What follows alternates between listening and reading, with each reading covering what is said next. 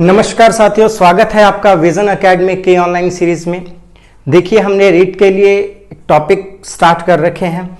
आज हम REET level second का इंग्लिश लैंग्वेज सेकंड का एक पार्ट करेंगे। ओके, इन्फ्रेंसेस ये टॉपिक है। REET level second language second का टॉपिक इन्फ्रेंसेस। देखो, इन्फ्रेंसेस होता क्या है? इन्फ्रेंसेस होता है कुछ फैक्ट आपके पास हैं, उन फैक्ट के बेस पर आपने क्या करना है, अनुमान लगाना है, उसको बोल देते हैं इन्फ्रेंसेस। फॉर एग्जाम्पल, आप कहीं घूमने के लिए गए हो, पूरी फैमिली घूमने के लिए गए हो और घर वापस आते हो, और घर वापस आकर क्या देखते हो कि आपका जो दरवाजा था उसके ऊपर जो लॉक था वो लॉक टूटा पड़ा है। अंदर आके आपने रूम में देखा तो सारा कुछ अस्त व्यस्त हुआ पड़ा है। तो दो फैक्ट आपने देखे।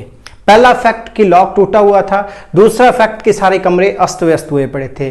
तो आपने क्या अनुमान लगाया?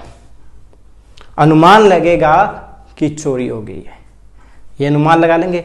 तो फैक्ट के बेस पर जो आपने अनुमान लगाया है कि चोरी हो गई है, तो वो है इन्फ्रेंसेस, अनुमान लगाना।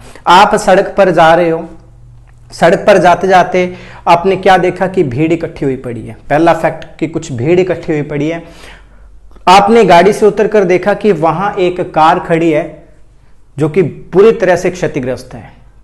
शीशे उसके टूटे पड़े हैं, उस पर थोड़ा सा खून लगा हुआ है और कांच इधर उधर बिखरा हुआ है। तो ये सारे फैक्ट देखकर आपको क्या अनुमान लगेगा? आप क्या सोचेंगे कि एक्सीडेंट हुआ है।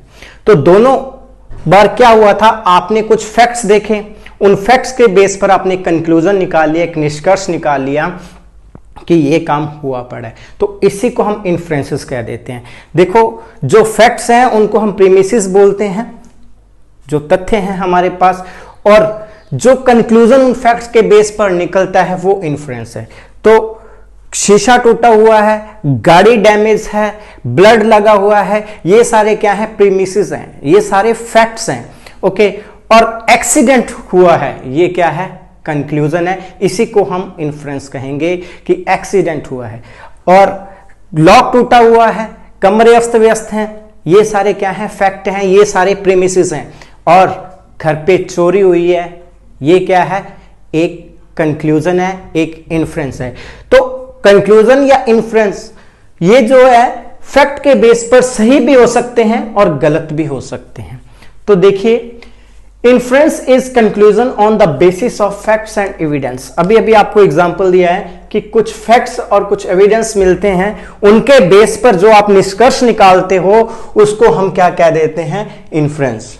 ठीक है, एक कंक्लूजन होता है इन्फ्रेंस किसके बेस पर, फैक्ट्स या एविडेंस के बेस पर। इसका एग्जांपल अभी दो दे दिए हैं आपको।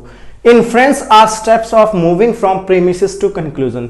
जब कुछ तथ्यों से आप किसी निष्कर्ष तक पहुंचते हैं, कुछ तथ्यों से निष्कर्ष तक पहुंचते हैं, उसको भी हम इन्फ्रेंस कह देते हैं। दोनों ही डेफिनेशन हैं इसकी कि inferences are steps of moving from premises to conclusion. जब किसी फैक्ट से हम किसी कंक्लूजन पर पहुंच जाते हैं उसको हम इन्फ्रेंस कह देते हैं। ठीक है, तो समझ आ गया प्रीमिसेस क्या है और कंक्लूजन क्या है। तो ये थी इन्फ्रेंस की डेफिनेशन। अब इन्फ्रेंसेस जो होते हैं तीन टाइप के होते हैं, अनुमान जो होते हैं तीन तरह के होते हैं। ओके, फर्स्ट है डिडक्टिव इन्फ्रेंस। डिडक्टिव इन्फ्रेंस क्या होता है, जिसमें आपने जो फैक्ट्स हैं, जो आपके प्रीमिसेस हैं, वो ट्रू होते हैं। प्रीमिसेस आर ट्रू, कि फैक्ट सही है, कंक्लूजन इज ट्रू। उन फैक्ट्स के बेस पर जो प्रीमिसेस जो दिए हैं उसके बेस पर जो आप इन्फ्रेंस निकालते हैं, कंक्लूजन निकालते हैं, वो भी सही होता है, बिल्कुल सत्य होता है। ठीक है, प्रीमिसेस को मैं कह रहा हूं फैक्ट और कंक्लूजन को कह रहा हूं इन्फ्रेंस। तो जो कंक्लूजन आप निकाल रहे हो वो भी सही होगा। फॉर एग्जाम्पल देखिए आप, ऑल ह्यूमंस आर मॉर्टल। तो ये फैक्ट बिल्कुल सही है, ये प्रीमिसेस बिल्कुल सही है कि सभी मनुष्य नश्वर हैं, नाशवान हैं। Okay, all humans are mortal, तो ये फैक्ट है, ये प्रीमिस है, ये ट्रू है। Okay, all Greeks are human, और ये फैक्ट भी सही है कि चाहे ग्रीक है, कितने भी ग्रीक हैं, वो सारे के सारे हैं तो इंसान ही ना।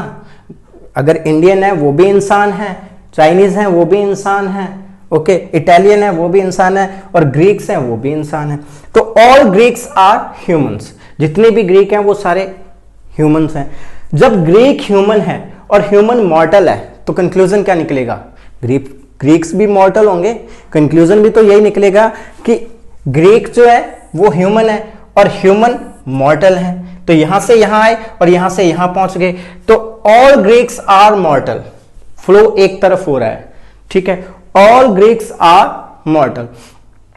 अब देखिए कंक्लूजन सही है, तो सही फैक्ट्स पर, फैक्ट्स दोनों सही हैं और कंक्लूजन भी सही निकले तो उसको हम बोल देते हैं डिडक्टिव, ठीक है। ट्रू फैक्ट्स पर ट्रू कंक्लूजन निकलता है। जब फैक्ट्स भी ट्रू होते हैं, प्रीमिसेस भी ट्रू होते हैं और कंक्लूजन भी ट्रू होता है, तब हम क्या देते हैं? डिडक्टिव। समझ आ गया होगा कि डिडक्टिव इन्फ्रेंस क्या है? जब दोनों फैक्ट्स भी सही हैं और उसका कंक्लूजन निकाला जा रहा है वो भी सही है। जरूरी नहीं है कि फैक्ट्स दो दिए हो, फैक्ट एक भी दिया हो सकता है, प्रीमिस एक भी दी हो सकती है, उसके बेस पर कंक्लूजन निकाला जाता है। तो क्वेश्चन ऐसे आ जाते हैं कई बार कि ये कंक्लूजन सही है या बी कंक्लूजन सही है, या दोनों गलत हैं, या दोनों में से दोनों के दोनों सही हैं, ठीक है। तो इस तरीके से क्या है कि प्रीमिस एक भी हो सकती है, दो भी हो सकती है और तीन भी हो सकती हैं, ये ध्यान रख लीजिए। तो फैक्ट्स जो दिए हैं उनके बेस पर अगर कंक्लूजन, फैक्ट्स भी ट्रू है, कंक्लूजन भी ट्रू है, तो है डिडक्टिव, ओके। नेक्स्ट है इंडक्टिव। इंडक्टिव इन्फ्रेंस क्या है? इंडक्टिव में क्या होता है कि प्रीमिसेस कैन बी और कैन नॉट बी ट्रू, मतलब जो फैक्ट दिए होते हैं वो सही भी हो सकते हैं और गलत भी हो सकते हैं। देखो फैक्ट्स जो होते हैं वो सही भी हो सकते हैं और गलत भी हो सकते हैं, ठीक है। Conclusion can not be true, लेकिन इसका जो कंक्लूजन निकलता है वो गलत निकलता है, ठीक है। इंडक्टिव में क्या होता है कि फैक्ट्स जो हैं वो सही भी हो सकते हैं और गलत भी हो सकते हैं, लेकिन इसका जो कंक्लूजन निकलता है वो सही नहीं होता, उसको हम बोल देते हैं इंडक्टिव। देखिए ऑल एप्पल्स आर फ्रूट, ये सही है, आपको भी पता है ऑल एप्पल्स आर फ्रूट्स, तो ये फैक्ट सही है। और बनानास आर फ्रूट्स, ये फैक्ट भी सही है, दोनों फैक्ट सही हैं, लेकिन इसका कंक्लूजन क्या निकाला है?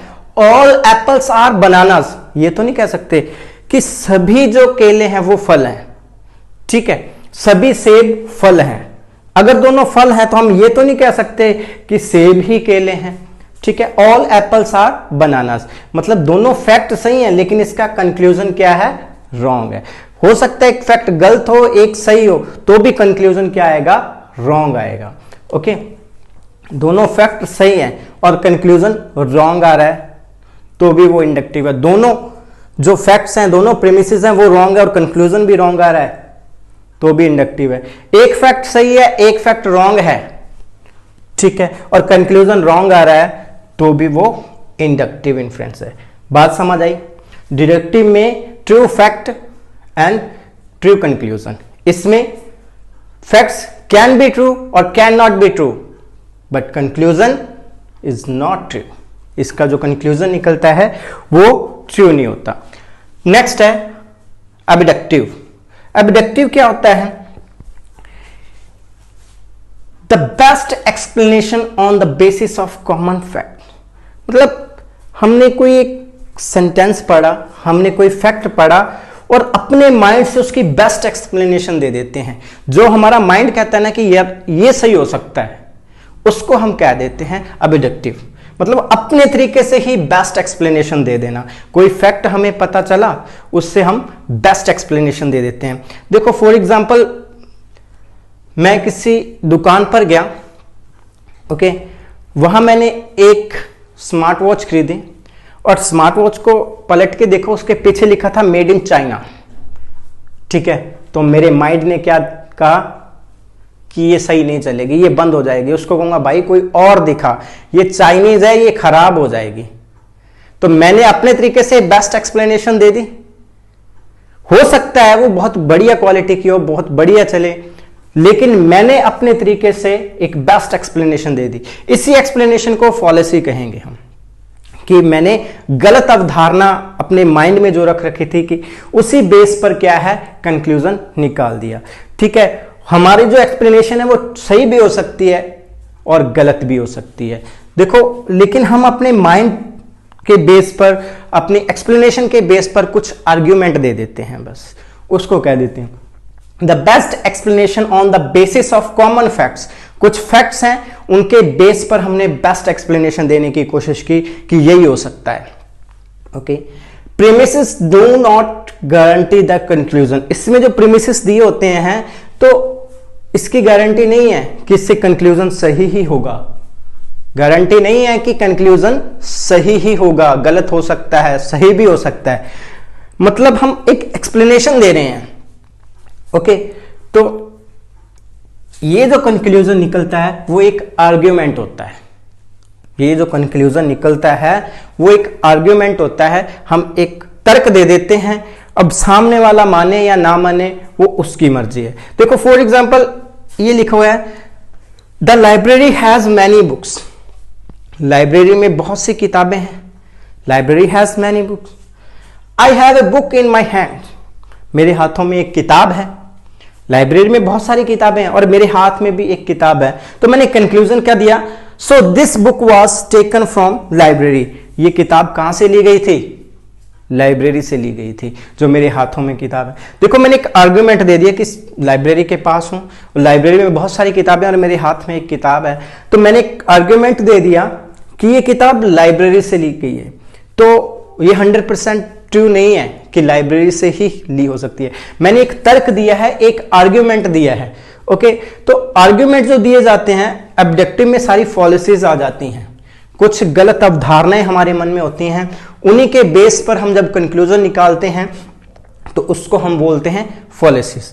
तो ये थे 3 तरह के आपके इन्फ्रेंसेस। अब क्या है, ऑब्जेक्टिव में जो फॉलिसीज होती हैं, इन्फ्रेंसेस में जो कुछ फॉलिसी, कुछ गलतियां, गलत अवधारणाएं हमारे मन में होती हैं, उनके बेस पर कंक्लूजन निकाल लेते हैं। उसको करेंगे।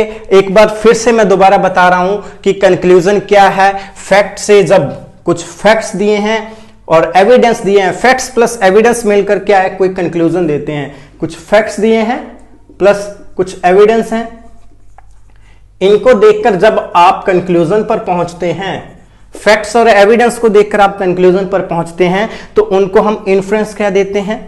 और इन्फ्रेंस 3 तरह के होते हैं, डिडक्टिव, इंडक्टिव और अबडक्टिव। डिडक्टिव में क्या है, फैक्ट्स जो दिए होते हैं वो भी सही होते हैं और जो कंक्लूजन निकलता है वो भी सही होता है, उसको क्या है, डिडक्टिव कह देते हैं। ओके, और इंडक्टिव में क्या होता है, फैक्ट्स सही भी हो सकते हैं, गलत भी हो सकते हैं। ऐसा नहीं कि फैक्ट सही है तो उसका जो कंक्लूजन है वो भी सही ही निकलेगा, ये जरूरी नहीं है। गलत भी हो सकता है, सही भी हो सकता है। सॉरी, कंक्लूजन जो है वो रॉन्ग होगा। फैक्ट सही भी हो सकते हैं, गलत भी हो सकते हैं। नेक्स्ट है ये ऑब्जेक्टिव। ये एक तरह की एक्सप्लेनेशन, एक आर्ग्यूमेंट है जो हम अपने आप को, अपने माइंड से इस कंक्लूजन तक पहुंच जाते हैं। कोई फैक्ट देखा, कोई बात सुनी और उस बात को सुनकर क्या है, हम एक कंक्लूजन निकाल लेते हैं अपने आप, उसको हम क्या देते हैं, ऑब्जेक्टिव। तो ये 3 तरह के इन्फ्रेंसेस हैं। एग्जाम्पल नीचे दिए हैं, इसका लीजिए स्क्रीनशॉट। हम इसकी फॉलिसीज करते हैं, जो आर्ग्यूमेंट्स मैंने बताए हैं कि फॉलिसीज क्या होती हैं, पहले आप इसका लीजिए स्क्रीनशॉट।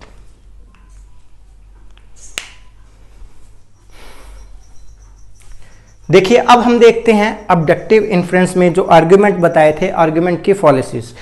ठीक है, कि आर्ग्यूमेंट की फॉलिसीज होती क्या हैं, कि जब हम कुछ फैक्ट के बेस पर खुद एनालिसिस करके, खुद की एक अवधारणा, खुद का एक कंक्लूजन निकाल लेते हैं, एक बेस्ट एक्सप्लेनेशन दे देते हैं, वो एक्सप्लेनेशन गलत भी हो सकता है, उसको हम कह देते हैं फॉलिसी।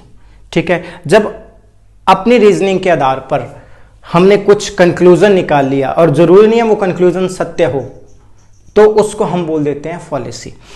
और फॉलिसी फर्स्ट है पॉलिसी ऑफ कंपोजिशन। पॉलिसी में फर्स्ट पॉलिसी है पॉलिसी ऑफ कंपोजिशन। जो बात किसी भाग के लिए सही हो तो संपूर्ण के लिए भी सही हो, या जो संपूर्ण के लिए सही हो वो किसी एक भाग के लिए भी सही हो। मतलब पॉलिसी ऑफ कंपोजिशन क्या है, कि जब हम ये सोच लेते हैं कि जो बात पूरे संपूर्ण भाग के लिए सही है तो थोड़े के लिए भी सही हो, उसके कुछ हिस्से के लिए भी सही हो, या जो चीज कुछ हिस्से पर लागू होती है वो सब पर लागू। देखो इसका एक एग्जांपल देता हूं, जैसे एक जंगल है, उसमें कहीं कहीं कुछ ऐसे पौधे लगे हैं जो कि विषैले हैं, मतलब उनको टच करने से क्या है, हाथ में खुजली या इन्फेक्शन हो जाता है या जहर फैल जाता है। तो कुछ पौधे उसमें जहरीले हैं, और अगर मैं कह दूं कि इस जंगल में मत जाओ, ये जंगल जहरीला है, कुछ पौधे उसमें जहरीले हैं और मैं कहूं इस जंगल में मत जाओ, ये जंगल जहरीला है, तो वो है फॉलिसी ऑफ कंपोजिशन, क्योंकि उसका कुछ हिस्सा जहरीला था, मैंने संपूर्ण को कह दिया, तो ये हो गई फॉलिसी ऑफ कंपोजिशन। या फिर जो संपूर्ण पर लागू हो वो किसी एक पर भी लागू हो। मैं कह रहा हूं कि यहां के सभी लोग बुरे हैं, ठीक है, वहां मेरा कोई दोस्त भी रहता है और मैं ये कहूं कि वो भी बुरा है, ये तो नहीं प्रूव हो जाता ना कि सभी लोग यहां के बुरे हैं तो उसमें एक बंदा भी सही ना हो। तो ये क्या है, फॉलिसी ऑफ कंपोजिशन है। देखिए for example, people of this society on a BMW car each, मतलब इस सोसाइटी में जितने भी लोग रहते हैं प्रत्येक के पास क्या है, BMW कार है, ठीक है, इस सोसाइटी के लोगों के पास BMW कार है, मतलब हर बंदे के पास एक कार है। Ramlal the watchman lives in servant quarter of this society, Ramlal इस सोसाइटी का जो नौकर है वो इस सोसाइटी के सर्वेंट क्वार्टर में रहता है, मतलब इस सोसाइटी में जितने भी लोग रहते हैं उनके पास BMW कार है, और रामलाल जो है वो भी इस सोसाइटी में रहता है, जो कि वॉचमैन है, वो नौकर है वहां का, तो क्या इस पर भी लागू होगी, क्या ये BMW कार इसके पास भी होगी, रामलाल ऑन सा BMW कार। तो ये कंक्लूजन क्या है, गलत है। जरूरी नहीं है कि रामलाल इस सोसाइटी में रहता है तो उसके पास भी गाड़ी हो, तो ये कंक्लूजन पूरी तरह से ट्रू नहीं है, इसको हम बोल देते हैं फॉलिसी ऑफ कंपोजिशन, ठीक है। लेकिन हम पढ़कर क्या है, कई बार ये लाइन पढ़ लेते हैं कि people of this society on a BMW car age, कि हर एक बंदे के पास है, तो रामलाल भी सोसाइटी का पर्सन है, उसके पास भी होगी। तो ये फॉलिसी है कि जरूरी नहीं है जो बात संपूर्ण के लिए लागू हो वो उसके किसी एक भाग के लिए भी लागू हो, और जरूरी नहीं है कि जो बात किसी एक भाग पर लागू हो वो संपूर्ण पर भी लागू हो। वो जंगल वाला एग्जांपल मैंने आपको दिया था। ये है फॉलिसी ऑफ कंपोजिशन। नेक्स्ट है fallacy of abusive. Fallacy of abusive, fallacy of abusive क्या होता है, किसी दिए गए तथ्य पर आर्ग्यूमेंट ना करके किसी दूसरे तथ्य पर आर्ग्यूमेंट करना शुरू कर देना। मतलब जो बात मेरे से पूछी जा रही है उसको तो मैंने टाल दिया, किसी और बात को लेकर उस पर बहस करने लग गया, उस पर अपने आर्ग्यूमेंट देने लग गया, कि जो बात पूछी जा रही है उससे हटकर किसी और चीज के बारे में अपने आर्ग्यूमेंट देने लग जाना, तो उसको हम बोल देते हैं fallacy of abusive. For example देखिए, when the journalist wanted to know the reason of misbehavior with the school child from the minister, एक पत्रकार था, पत्रकार मिनिस्टर के पास गया कि सर आप क्या कहना चाहेंगे, आपने स्कूल के बच्चे के साथ दुर्व्यवहार किया है, बुरा व्यवहार किया है। तो क्या हुआ, the minister attack the whole media system instead of answering it. तो मिनिस्टर ने क्या जवाब दिया कि मीडिया किसी बात का बतंगड़ बना देता है, मीडिया ने ऐसा फैलाया गया, ऐसा कुछ नहीं हुआ है, ये सिर्फ मीडिया की साजिश है, ऐसा कुछ करके उसने उस बात पर नहीं आया जो उससे क्वेश्चन पूछा गया है, कि उसने जो मिसबिहेवियर किया है तो उस बात को तो उसने छेड़ा ही नहीं, उल्टा वो मीडिया पर अटैक करने लग गया। तो ये है फॉलिसी ऑफ एब्यूजिव, कि जब जो बात कही गई है उससे हटकर कोई बात पर आर्ग्यूमेंट होने लग जाए उसको कह देते हैं fallacy of abusive. Okay, next policy है policy of equivocation. Policy of equivocation, policy of equivocation क्या है, जब एक ही शब्द का प्रयोग अलग अलग स्थानों पर अलग अलग अर्थ के लिए हो, एक ही वर्ड है वो दो तीन जगह पर आ रहा है या दो जगह पर आ रहा है, दोनों जगह पर उनका अर्थ अलग अलग है, तो उसको हम कह देते हैं पॉलिसी ऑफ इक्विवेशन। मतलब ऐसे सेंटेंस समझने में मुश्किल हो जाते हैं, ठीक है। जैसे कि मैं सेंटेंस बोलूं, the night do not sleep in the night, the night do not sleep in the night, तो यहां नाइट बोलने में तो वही लग रहा है, पॉलिसी कर जाओगे, the nights do not sleep in the night, रात रात को नहीं सोती है, तो ये गलत हो जाएगा, क्योंकि मैं नाइट्स बोल रहा हूं योद्धाओं वाला। तो ये है फॉलिसी ऑफ इक्विवेकेशन। जब एक ही शब्द बोला जाता है दो तीन जगह पर और दोनों तीनों जगहों पर उनका अर्थ अलग अलग आता है, उसको बोल देते हैं फॉलिसी ऑफ इक्विवेकेशन। फॉर एग्जाम्पल, आई सा अ सा विच कुड नॉट सा। आई सा अ सा विच कुड नॉट सा। यहां सा वर्ड का 3 बार यूज हो रहा है, ओके, और तीनों बार अलग अलग अर्थ के लिए यूज हो रहा है। देखो, आई सा, यह है देखना एक वर्ब के रूप में, मैंने देखा। असा, एक आरा, मैंने एक आरा देखा। ये सा का मतलब होता है आरा जो लकड़ी को काटता है, या आरी उसको बोलते हैं सौ। विच कुड नॉट सौ, जो काट नहीं सकती थी, मतलब वो ब्लंट थी, काट नहीं सकती थी। ओके, तो यहां सा वर्ड 3 बार यूज हुआ और तीनों बार अलग अलग अर्थ के लिए यूज हुआ है। ये सा है देखना, ये सा है आरी, और कुड नॉट सा, ये सा है कट करना किसी चीज को जो काट नहीं सकती थी। ओके, तो ये है फॉलिसी ऑफ इक्विवेकेशन। तीनों पॉलिसी समझ आ गई।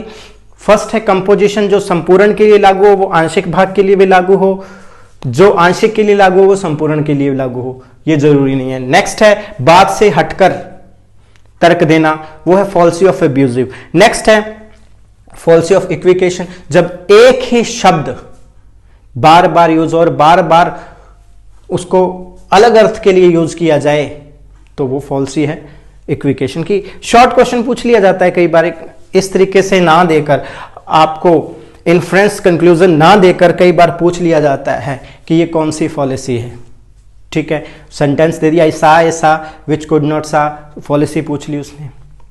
ठीक है, या जब एक डेफिनेशन दे दी, ठीक है, when a word is used more than one time for different meaning, या each time it gives a different meaning, it is called fallacy of equivocation, fallacy of composition, fallacy of abusive. इस तरीके से question बन सकते हैं।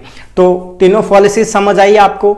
चलते हैं next की ओर, लीजिए स्क्रीनशॉट इसका। चलिए अब हम देखते हैं next policy, policy number 4, policy of hasty generalisation. Policy of hasty generalisation क्या है कि जब आप किसी सामान्य सी बात से कोई विशेष कंक्लूजन निकाल लेते हैं, एक नॉर्मल सी बात है उससे आप एक विशेष कंक्लूजन निकाल लेते हैं, या किसी एक विशेष बात से सामान्य सा कंक्लूजन निकाल देते हैं, ओके, उसको हम हैस्टी जनरलाइजेशन कह देते हैं। विशेष से सामान्य और सामान्य से विशेष। या हम ये कहें कि जब किसी एक व्यक्ति के साथ दूसरे व्यक्ति द्वारा गलत व्यवहार किया जाता है, ठीक है, जब कोई एक व्यक्ति दूसरे व्यक्ति के साथ गलत व्यवहार किया जाता है तो हम पूरे समूह को दोषी मानते हैं। ठीक है, किसी एक व्यक्ति ने दूसरे के साथ गलत व्यवहार किया और हमने पूरे समूह को दोषी मान लिया। ठीक है, यहां आएगा जब कोई एक व्यक्ति के साथ दूसरे व्यक्ति द्वारा गलत व्यवहार किया जाता है या गलत किया जाता है तो हम पूरे समूह को दोषी मानते हैं। तो हम कह देते हैं जनरल टू पर्टिकुलर और पर्टिकुलर टू जनरल। मतलब कुछ व्यक्ति ऐसे हैं, मतलब उनकी पूरी कास्ट को हम समझने लग जाते हैं कि ये गलत ही करते हैं, पूरे वर्ग को हम ये समझने लगते हैं। गलती किसी एक की होती है लेकिन हम पूरे समूह को कहने लग जाते हैं। अब देखो कैसे, yesterday a bagger picked up my pocket, कल एक भिखारी ने मेरी जेब काट ली। एक सामान्य सी बात है, कल एक भिखारी ने मेरी जेब काट ली। मैंने कंक्लूजन क्या निकाला, आगे से मुझे कोई भी भिखारी मिलता है ना तो मुझे पता क्या लगता है, बैगर्स आर पिक पॉकेट, कि भिखारी जो होते हैं जेब कतरे होते हैं। अब ये बात सामान्य थी कि कोई 100 में 1 या 2 या 5 होंगे जो जेब कतरे हों, जिसने जेब काटी हो, लेकिन मैंने एक विशेष अवधारणा बना ली अपने माइंड में, बैगर्स आर पिक पॉकेट, कि जो भिखारी होते हैं वो जेब कतरे होते हैं। तो ये सामान्य से हमने एक विशेष अवधारणा बना ली। ओके, और विशेष से सामान्य की ओर मैंने एक विशेष बात सुनी हुई है कि जो चाइनीज आर्टिकल्स होते हैं, चाइनीज चीजें होती हैं, ज्यादा समय तक नहीं चलती। ठीक है, तो जब मैं दुकान पे जाता हूं, कोई आइटम अगर चाइनीज है तो मेरे दिमाग में एक सामान्य सी बात है कि यार मैंने सुना है चाइनीज आइटम अच्छी नहीं होती तो ये नहीं खरीदूंगा। तो एक विशेष बात सुनी हुई है, उससे मैंने एक सामान्य कंक्लूजन निकाल लिया कि ये तो खरीदना नहीं है। ओके, तो सामान्य से विशेष और विशेष से सामान्य अगर है तो वो है फॉलिसी ऑफ जनरलाइजेशन। कई बार ऐसा होता है कि हम किसी सामान्य बात से कोई विशेष कंक्लूजन निकाल लेते हैं, ये भी फॉलिसी है। और कभी कभार क्या है, हम विशेष बात से कोई सामान्य सा कंक्लूजन निकाल लेते हैं। ओके, नेक्स्ट है फॉलिसी ऑफ अपील टू पिटी। मतलब कुछ कंक्लूजन हम दया, करुणा, प्यार, इन चीजों के कारण अपने मन में कंक्लूजन निकाल लेते हैं कि चलो ऐसा ठीक रहेगा, ठीक है, क्योंकि ये सेल्फ रीजनिंग है।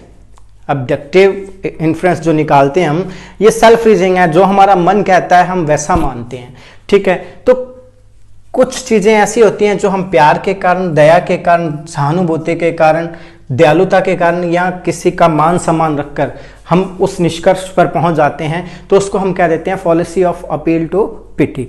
फॉर एग्जाम्पल देखिए, कोई पर्सन कह रहा है it is very difficult for us to live with each other, कि हमारा एक दूसरे के साथ रहना बड़ा ही मुश्किल हुआ पड़ा है, but we have to do so for the sake of our children, लेकिन हमें ऐसा क्यों करना पड़ेगा, अपने बच्चों के लिए रहना पड़ रहा है। तो ये क्या है, policy of pity to appeal. मतलब बच्चों के प्यार के कारण ये कंक्लूजन निकाला, इस निष्कर्ष पर पहुंचे कि अगर हम अलग होंगे तो बच्चों का भविष्य खराब हो जाएगा। तो ये कंक्लूजन हमने इस बेस पर निकाला, ठीक है। तो यही है पॉलिसी ऑफ अपील टू पिटी। जब शांति, प्यार, दया, करुणा, रिगार्ड, इन सब चीज़ों को लेकर हम कुछ कंक्लूजन निकाल लेते हैं, तब हम पॉलिसी ऑफ अपील टू पिटी मानते हैं। नेक्स्ट है पॉलिसी ऑफ फॉल्स कॉज, ठीक है। जब हम ये सोच लेते हैं कि किसी कारण से किसी प्रभाव का जन्म होता है, कि ये करेंगे तो ऐसा हो जाएगा, किसी कारण से किसी प्रभाव का जन्म होता है, उसको बोलते हैं पॉलिसी ऑफ फॉल्स कॉज। जैसे आपने सुना होगा, there is a woman behind every successful person. लोग कहते हैं कि हर सफल आदमी के पीछे एक औरत का हाथ होता है। ओके, तो किसी ने कंक्लूजन क्या निकाला, मैं किसी को कह रहा हूं you should marry to get success, क्या ये कंक्लूजन निकाल सकते हैं कि हर सफल आदमी के पीछे अगर औरत का हाथ होता है तो आपको नौकरी लगने के लिए या सफलता हासिल करने के लिए पहले शादी करनी पड़ेगी, शादी होगी तो उसके बाद आप सफलता हासिल कर लोगे। तो ये क्या है, पॉलिसी ऑफ फॉल्स कॉज, कि ये गलत अवधारणा हमारे माइंड में जब सेट कर लेते हैं कि इस कारण से ये हो जाएगा, तो उसको बोल देते हैं पॉलिसी ऑफ फॉल्स कॉज, ठीक है।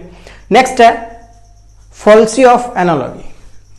पॉलिसी ऑफ एनालॉजी, दो विचारों में समानता बताकर व्यर्थ की बात को सत्य बता देना। मतलब दो फैक्ट हैं, दो विचार हैं, उनमें समानता बता दे, ठीक है। जैसे कि ये भी मैंने बताया था ना कि हम ये कह देते हैं कि बैगर जो होते हैं पिक पॉकेट होते हैं, इसलिए उन पर विश्वास नहीं करना चाहिए। व्यर्थ की बात को क्या, सत्य बता देना, ठीक है। दो विचार हैं, उनमें समानता बताकर क्या है, व्यर्थ की बात को सत्य बताना। जैसे कि it is useless to teach a dull boy, ठीक है, कि एक नासमझ मूर्ख से लड़के को, मूर्ख से बच्चे को पढ़ाना यूजलेस है, व्यर्थ है, ठीक है। यहां दूसरा फैक्ट हम ये बताते हैं, to cast pearl before swine is useless. हम ये बात मान के चलते कि भैंस के आगे बीन बजाने का कोई फायदा नहीं है, ठीक है। तो जैसे हम किसी डल पर्सन को देखते हैं तो हम उसको क्या बोलते हैं, इसको समझाने का कोई फायदा नहीं है, भैंस के आगे बीन बजाना और इसको समझाना एक ही बात है। तो ये क्या है, पॉलिसी ऑफ एनालॉजी। जब दो विचारों में समानता, लोग मानते हैं कि मूर्ख व्यक्ति को समझाना भैंस के सामने बीन बजाने के बराबर होता है, तो उनमें समानता बताकर एक कंक्लूजन निकाल लेते हैं, तो वो क्या है, पॉलिसी ऑफ एनालॉजी। ये हमारे थे पॉलिसीज जो कि ऑब्जेक्टिव इन्फ्रेंस में आते हैं। आर्ग्यूमेंट्स की पॉलिसी है कि जो हम गलत डिसीजन ले लेते हैं, गलत कंक्लूजन निकाल लेते हैं। तो उम्मीद है आपको ये टॉपिक समझ आया होगा। एक बार फिर से इस वीडियो को देख लेना और आपके ये क्वेश्चन आप सॉल्व कर सकते हो इन्फ्रेंसेस के। कोई ज़्यादा मुश्किल नहीं आता, या तो पैराग्राफ में से कुछ दे दिया जाता है इसी टाइप में, फैक्ट्स और कंक्लूजन बेस्ड आ सकता है, या वैसे कोई शॉर्ट क्वेश्चन पूछ लिया जाता है कि पॉलिसी ऑफ फॉल्स कॉज क्या होता है, या इस तरह की कोई डेफिनेशन पूछ ली जाती है, ठीक है। इंडक्टिव क्या है, डिडक्टिव क्या है, ऑब्जेक्टिव क्या है, ये सारी चीजें आप एक बार फिर से देख लेना और माइंड में सेट कर लेना। थैंक यू वेरी मच, मिलते हैं नेक्स्ट टॉपिक के साथ।